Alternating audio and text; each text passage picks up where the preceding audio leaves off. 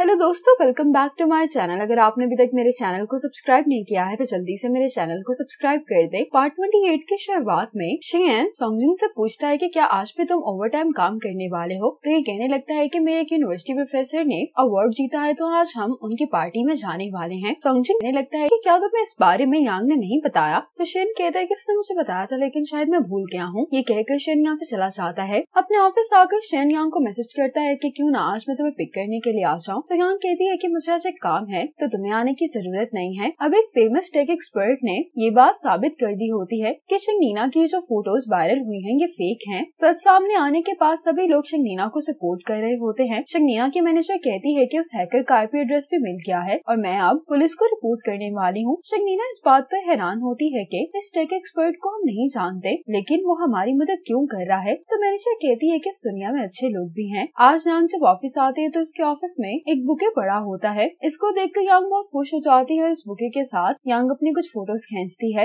यांग अब ये photos Shane को भेज देती है। जब यांग कार्ड पढ़ती है तो उसको मालूम होता है कि ये फ्लावर्स तो सॉन्गजिन ने भिजवाए हैं, शेन ने नहीं। शेन अभी इन्हीं तस्वीरों को देख रहा होता है कि यांग जल्दी से ये फोटोज डिलीट कर देती है। यांग अपने आप से कह रही होती है कि शेन मसरूफ होगा इसलिए उसने मेरी ये फोटोज नहीं देखी होंगी। शेन अब इसको मैसेज करता है कि तुमने फोटोज क्यों डिलीट की हैं। तो यांग शेन को वीडियो कॉल कर लेती है और कहती है कि ये फ्लावर्स देखकर मैं बहुत खुश हो गई थी। मुझे लगा कि तुमने भेजे इसलिए मैंने इन फ्लावर्स के साथ फोटो लेकर तुम्हें सेंड कर दी। शेन पूछता है कि ये फ्लावर्स किसने भेजे हैं। यांग कहती है कि सॉन्गजिन ने। ये बात सुनकर शेन बहुत गुस्सा हो जाता है, कहने लगता है कि वो मेरी गर्लफ्रेंड को फ्लावर्स कैसे भेज सकता है। यांग कहती है कि मुझे लगता है कि शायद उसका दिमाग खराब हो गया, लेकिन तुम गुस्सा नहीं करो। यांग शेन से कहती है कि ये देखो मैंने ये फ्लावर्स डस्टबिन में फेंक दिए हैं। ये देखकर शेन हंसने लगता है। शेन यांग से कहता है कि अब तुम इस डस्टबिन की पिक्चर खींचकर मुझे भेज दो। फांग सॉन्गजिन के साथ मीटिंग में होता है। शेन इसके पास आता है, कहता है कि यांग से बात करो, वो बहुत गुस्से में है। फांग कहता है कि आखिर क्या हुआ है। शेन ये तस्वीर फांग को दिखाते हुए कहता है कि किसी ने यांग को बुके भिजवाया लेकिन उसने ये बुके डस्टबिन में फेंक दिया है। फांग कहता है कि ये देखकर तो ऐसा ही लग रहा है कि यांग उस शख्स से बहुत नफरत करती है जिसने ये फ्लावर्स भेजे हैं। ये सुनकर सॉन्गजिन को बहुत बुरा लग रहा होता है। अब शेन यांग से कह रहा होता है कि तुमने तो कहा था कि तुम काम के बाद मसरूफ हो। यांग कहती है कि मेरे प्रोफेसर ने अवार्ड जीता था तो मैं उनको गिफ्ट देने के बाद वापस आ गई। शेन कहता है कि सॉन्गजिन ने मुझे बताया था कि एक पार्टी भी होने वाली है। यांग कहती है कि हाँ, लेकिन वहाँ पर जो लोग आने वाले हैं वो मेरे क्लासमेट्स नहीं हैं, इसलिए मैं प्रोफेसर को गिफ्ट देने के बाद वापस आ गई। ये सुनकर शेन मुस्कुराने लगता है। तो यांग कहती है कि क्या तुम्हें ये लगता है कि मैंने सॉन्गजिन के बारे में कभी इसलिए बात नहीं की क्योंकि उसने मुझे तकलीफ पहुँचाई थी। शेन कहता है कि फिर क्या वजह है। यांग कहती है कि इसके बारे में मैंने कभी इन्वेस्टमेंट की वजह से बात नहीं की। घर पर आने के बाद यांग शेन को बताती है कि मैं और सॉन्गजिन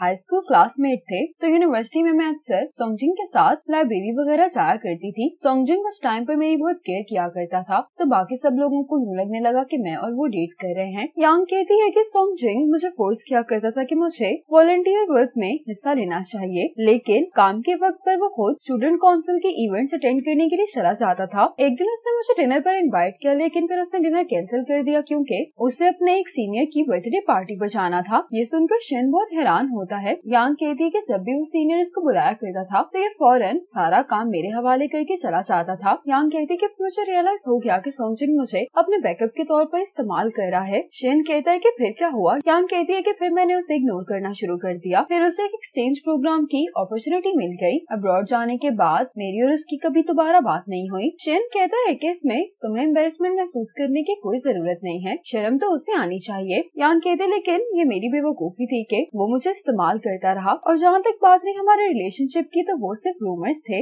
मैंने कभी भी सॉन्गजिन को डेट नहीं किया। फिर कुछ टाइम बाद सॉन्गजिन ने अपनी सीनियर को डेट करना शुरू कर दिया तो लोग मेरा मजाक उड़ाया करते थे कि सॉन्गजिन ने वो सीनियर के खातिर मुझे छोड़ दिया है। मैं बहुत एम्बैरेस्ड महसूस किया करती थी, इसलिए मैंने इस बारे में बात करना ही छोड़ दिया। शेन यांग से कहता है कि ठीक है, बस अब हम इस बारे में बात नहीं करेंगे। लेकिन ये सब सुनने के बाद मुझे सॉन्गजिन पर बहुत गुस्सा आ रहा है। उसकी हिम्मत कैसे हुई तुम्हें बुली करने की। यांग कहते है कि तुम्हें गुस्सा नहीं करना चाहिए। अगर वो मुझे इतनी बुरी तरह से ट्रीट नहीं करता तो शायद मुझे कभी भी रियलाइज नहीं होता कि तुम कितने स्पेशल हो। शेन कहते है कि अगर फ्यूचर में कोई भी बात तुम्हें परेशान करे तो मुझे जरूर बताना। यांग कहते है कि इसकी जरूरत नहीं है क्योंकि जब मैं अपसेट होती हूँ तो मैं फौरन मालूम हो जाता है। हम दोनों एक दूसरे से कुछ भी छुपा नहीं सकते। ये सुनकर शेन मुस्कुराने लगता है। शेन यांग से कहता है लेकिन कुछ भी हो जाए मैं अपना गुस्सा जरूर निकालूंगा। अगले सुबह सॉन्गजिन जब मीटिंग रूम में आता है तो यहाँ पर बहुत सारे बुके पड़े होते हैं और सॉन्गजिन मीटिंग रूम में आते ही चीखना शुरू कर देता है। इससे पूछते हैं कि क्या तुम ठीक हो, तो ये कहता है कि मुझे फ्लावर से एलर्जी है, लेकिन यहाँ पर इतने सारे फूल कर क्या रहे हैं। तो उसकी टीम में बताने लगती है कि शेन को लगता है कि हम सारा दिन एक ही कमरे में बैठकर काम करते रहते हैं, तो उन्होंने हमारे एनवायरनमेंट को अच्छा करने के लिए ये सारे फूल भिजवाए हैं। सॉन्गजिन को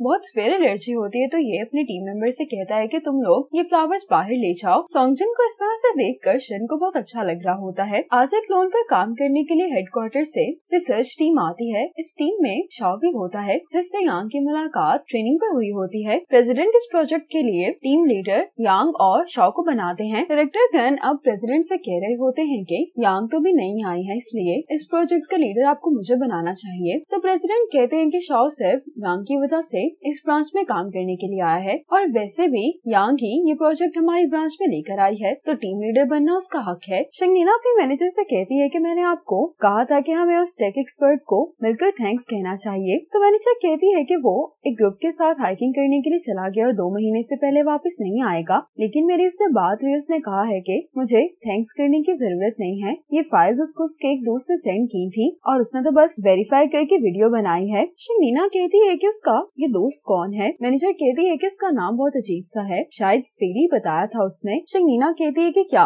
हम उससे कांटेक्ट कर सकते हैं। मैनेजर कहती है कि उसकी भी इस दोस्त से मुलाकात असल में नहीं हुई, ये सिर्फ ऑनलाइन फ्रेंड्स हैं। शंगनीना कहती है कि ये बात मेरी समझ में नहीं आ रही कि वो एक ऐसे दोस्त की खातिर मेरी मदद क्यों करेगा जिससे वो कभी मिला ही नहीं है। मैनेजर कहती है कि उसने मुझे बताया था कि उसके इस दोस्त ने 2 बार उसकी टेक्निकल इश्यूज को सॉल्व करने में मदद की थी। यांग और उसकी नई टीम फांग के रेस्टोरेंट पर खाना खाने के लिए आए होते हैं। जब ये लोग यहाँ से चले जाते हैं तो शेन यांग से कहता है कि आज मैं अपनी कार साथ नहीं लाया, तो यांग कहती है कि मैं कार लाई हूँ। शेन कहता है कि फिर हम मेरे घर जा रहे हैं या तुम्हारे। यांग कहती है कि एक नई मूवी आई है, हम चलकर वो देखते हैं। ये दोनों एक दूसरे का हाथ पकड़कर यहाँ से चले जाते हैं। इन दोनों को इस तरह से देखकर फांग बहुत ज्यादा शॉक में होता है और कहने लगता है कि आखिर इन दोनों के बीच में चल क्या रहा है, क्या ये दोनों एक दूसरे को डेट कर रहे हैं। फांग कहता है कि हाँ, शायद सिर्फ तुम ही हो जिसको इस बारे में मालूम नहीं है। ये सुनकर फांग बहुत शौक हो जाता है और उसको इस बात पे यकीन ही नहीं आ रहा होता। अब फांग घर पर आकर चांग को इस बारे में बताता है और चांग भी ये न्यूज सुनकर बहुत सरप्राइज हो गई होती है। चांग कहती है कि जब तक मैं यांग से इस बारे में बात नहीं कर देती मुझे नींद नहीं आएगी, इसलिए हम दोनों यांग के घर पर चलते हैं। फांग कहते हैं कि ठीक है। ये दोनों जल्दी से अपने घर से निकल जाते हैं। मूवी देखने के बाद शेन और यांग ग्रॉसरी करने के लिए आ जाते हैं। अब जब ये दोनों वापस आ रहे होते हैं तो शेन को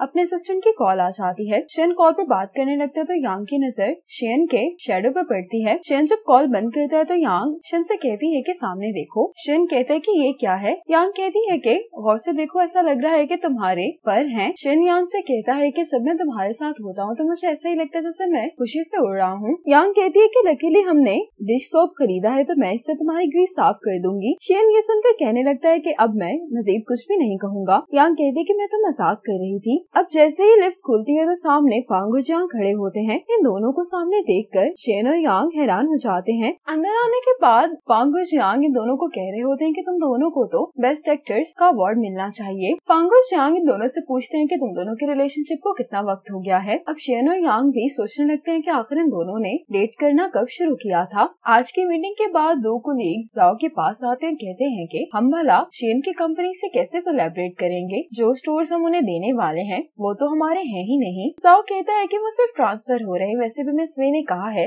कि सिर्फ इस मसले की वजह से शेन की कंपनी के साथ हमारी पार्टनरशिप में कोई भी प्रॉब्लम नहीं आएगी। यांग ने शाओ के साथ इस प्रोजेक्ट पर काम करना शुरू कर दिया होता है, इस वजह से डायरेक्टर गन काफी परेशान दिखाई दे रहे होते हैं। रात में डायरेक्टर गन मिस वे के पास आते हैं, कहते हैं कि वीजे लोन की इन्वेस्टिगेशन चल रही है, वो पिछले 10 साल के लोन की सारी फाइल्स दोबारा से देख रहे हैं, हम किसी भी वक्त मुसीबत में फंस सकते हैं। मिस वे कहते हैं कि ऐसा नहीं हो सकता, जाओ ने तो मुझसे कहा था कि उसने यांग की मदद से ये मसला संभाल लिया है। डायरेक्टर गन कहते हैं कि जाओ तुम्हें बेवकूफ बना रहा है, यांग को हैंडल करना इतना आसान नहीं है। जाओ भी यहाँ पर खड़ा इनकी बातें सुन रहा होता है। दूसरी तरफ यांग इसी केस पर काम कर रही होती है और इसको मालूम होता है कि ये सारे लोन शू शनशन ने रिव्यू किए होते हैं। अब यांग की यूनिवर्सिटी का टाइम दिखाया जाता है। इसकी क्लासमेट आकर कहती है कि क्या तुम खाना खाने के लिए नहीं जाओगी, तो यांग कहती है कि सॉन्गजिन ने मुझे उसके बैग का ध्यान रखने के लिए कहा है, जब वो वापस आ जाएगा तो मैं उसी के साथ खाना खाऊंगी। इसकी क्लासमेट कहती है कि वो तो स्टूडेंट यूनियन के मेंबर्स के साथ कैफेटेरिया में खाना खा रहा है। ये सुनकर यांग को बुरा लगता है और अब ये इसका बैग उठाकर कैफेटेरिया आ जाती है। यांग यहाँ पर सॉन्गजिन को एक लड़की के साथ देखती है। यांग को ये देखकर बहुत बुरा लग रहा होता है कि इससे मुसलसल झूठी बोले जा रहा है। इसी मोमेंट पर पार्ट 28 खत्म हो जाता है।